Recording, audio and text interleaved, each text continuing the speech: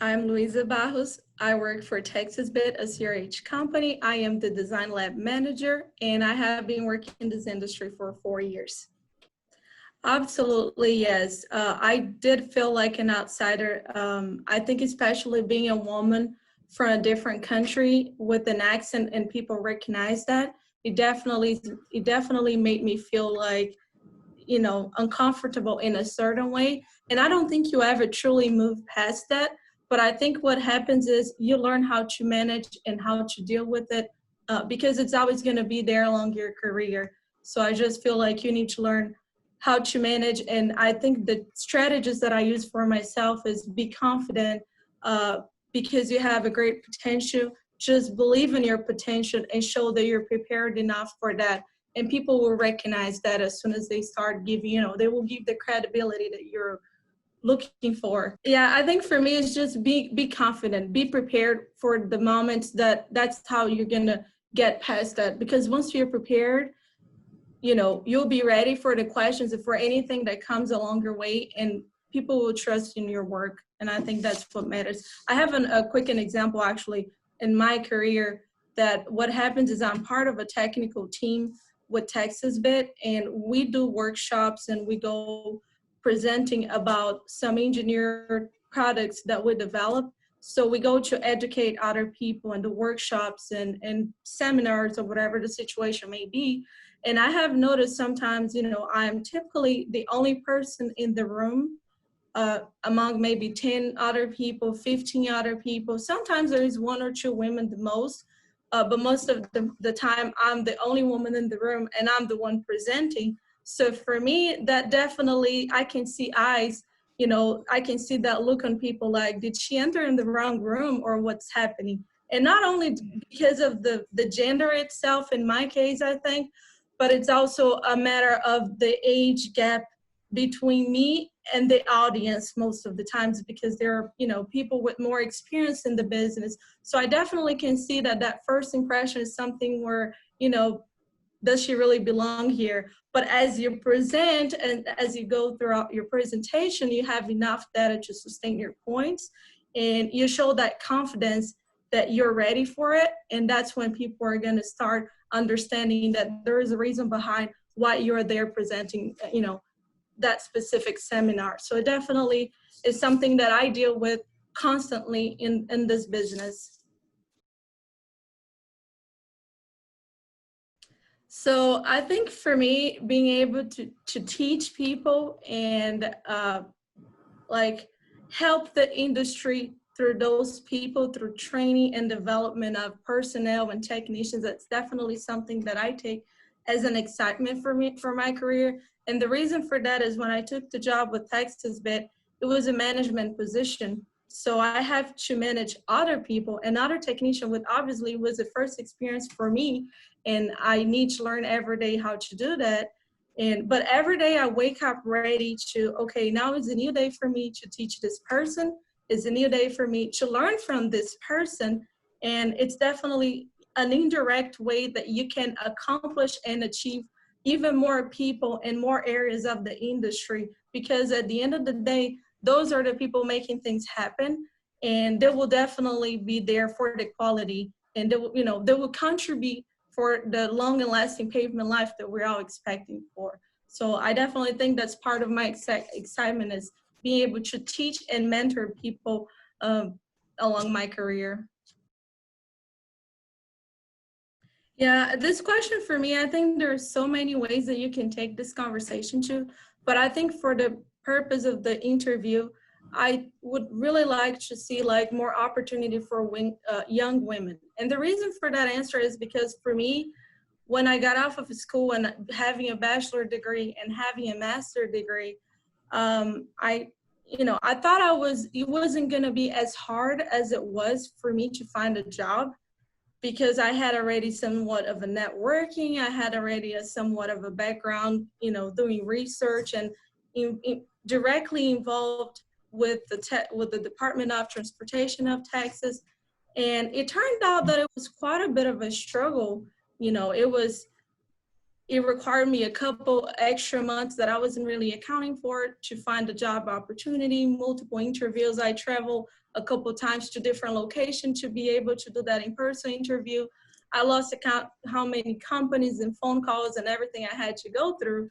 And I think the reason, again, it comes to, people when it comes, I have a feeling that a lot of times there is a resistance about hiring women for certain positions because I think they believe the women probably won't like it or won't be able to handle it. But in my opinion, anybody's susceptible to a change in their mind. It doesn't matter your gender, it doesn't matter if you're a man or if you're a woman, you can say, well, this is not truly what I want. So it's not really a matter of gender. I think, giving that opportunity, because if the person's telling you, this is what I want, and this is my background, it's something that I have my mindset for, just give a chance, because I feel like once the person have the passion and is truly involved, they will do everything they can to succeed. So it's just a matter, give an opportunity and see where it goes, because a man could just live in the middle of the 3 months experience and say, this is not what I want. It's not a matter of gender, in my opinion.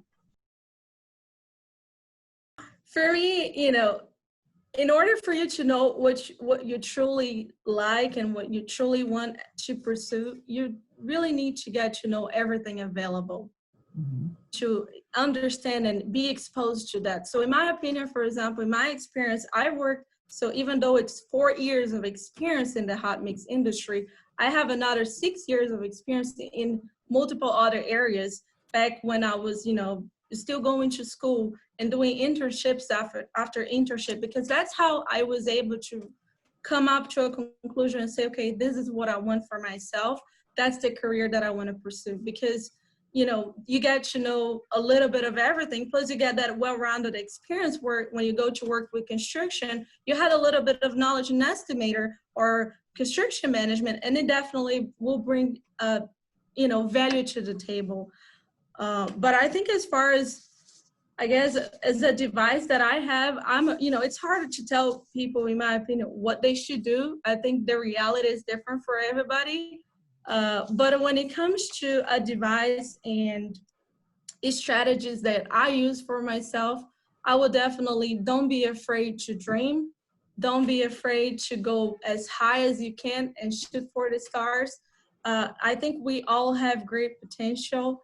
There is, for me, a mindset is what matters. If you have something set up in your mind and you program that to a way that you're like, this is my goal, this is my objective, you will accomplish it.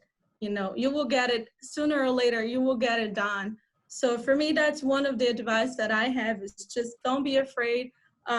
If an opportunity comes your way and for some reason it doesn't work out, don't let that to discourage you, because in fact, what I suggest is use it as a fuel to keep you moving even harder, to say, okay, now I am even more excited to make it happen, because I want to prove to myself that I can do this and prove to the world too. Why not, right? So that's one of the other things that I have. And I think, networking, being able to getting the exposure. I think the truly way for you to define what you want is getting the exposure, talking to people from that business, going to seminars, putting yourself out there, meeting people and, conferences, participating in the Women of Asphalt organization. And that's how you're going to find yourself and realize, figure out if that's what you really want for your career. And yeah, I think that's what I would recommend, and show everybody that you belong here. Okay, my first word would be passion, because for me is, when you find yourself what you want to do for a living, you'll wake up happy about doing that every day. And I'm a very intense person, so everything that I decide that I'm gonna do, I will do my best and I'll be intense in that. And for me, actually, how do you find a passion? It's, for me, you don't have passion for the things that you don't know enough. So when you don't feel confident about something and you didn't learn enough and you're still like not prepared, you will probably not, not have that passion for it. But as soon as you start learning more and be able to recognize that people are coming to you for advice or for opinion, that will be rewarding to a point they're going to be like, you know what, I think I like this. I'm passionate about what I do. And that will keep you going. It will give you that fuel to motivate you every day. And there is a saying that says, that it states, if you do what you enjoy for a living, you're never going to have to work. And that's definitely one of the things that I take for my life. I wake up every day happy about just being here and be able to somewhat contribute to this industry. My second word will be persistence. And the reason that I like a lot this word is because our life, it's made of ups and downs. It's never gonna be a perfect, progressive, linear behavior where everything's gonna be great and it's just gonna improve with the time. That's not true. You're gonna have good days, you're gonna have bad days, you're gonna have those days that you're gonna question yourself, is this really the right thing? And for me, as long as you're persistent to your goals and you stick with them, it doesn't matter how long it takes for you to accomplish it. Just stick with it and move forward, and you will get it accomplished at some point. My third word will be dedication. And I think the reason about the dedication for me is you want to start something from beginning to end. You want to be committed to everything you embrace. And that doesn't mean that you need to know all the answers. That doesn't mean that you need to be the expert on everything, because if you get to a point where you think you know all, you're wrong, in my opinion. So as long as you are humble enough to, not really humble, I don't think that's the right word, but as long as you recognize that when you don't know something, you will find the source and the ways to answer the question that you have, and tools that can help you to accomplish that, whatever the response that you're expecting. That's what matters for me at the end of the day. And that's when the dedication comes to place. You may not know it all, but as long as you know how to find the resources and the ways to accomplish that, that's what matters. And you are going to build it as you go. And that's how you actually make yourself better every day. You always want to be better than what you were yesterday. I'm still very early in my career for me to truly know what I want my legacy to be. But the way I see this is I have people that inspire me, and I have professionals, I have mentors that are, incredible, and they played a very, very exceptional role in my life as far as to make me who I am today, preparing me as the professional that I'm becoming. And I think when it comes to that, that is the inspiration that I have. I want to be like them. That's the legacy I want to leave behind. I want to be that kind of person that inspire other people so they can move forward and they keep going and improve their own qualities and their skills. Because for me, you want to, I'm the kind of person that I always want to be best than I was yesterday. And I want that to be a fuel for other people. I want that to be inspiration for the new folks that are going to be like, I want to improve I want to be better every day. So, empowering people, I think, is definitely one of the things that I would have as my definition of legacy, and be an inspiration for other people.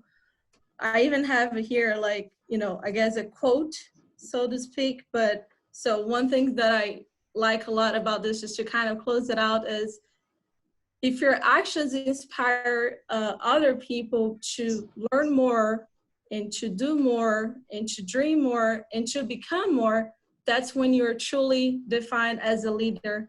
And that's what, obviously, I'm still young to call myself a leader, but later down the road, that's what I would like my legacy to be able to empower people so they can be even better.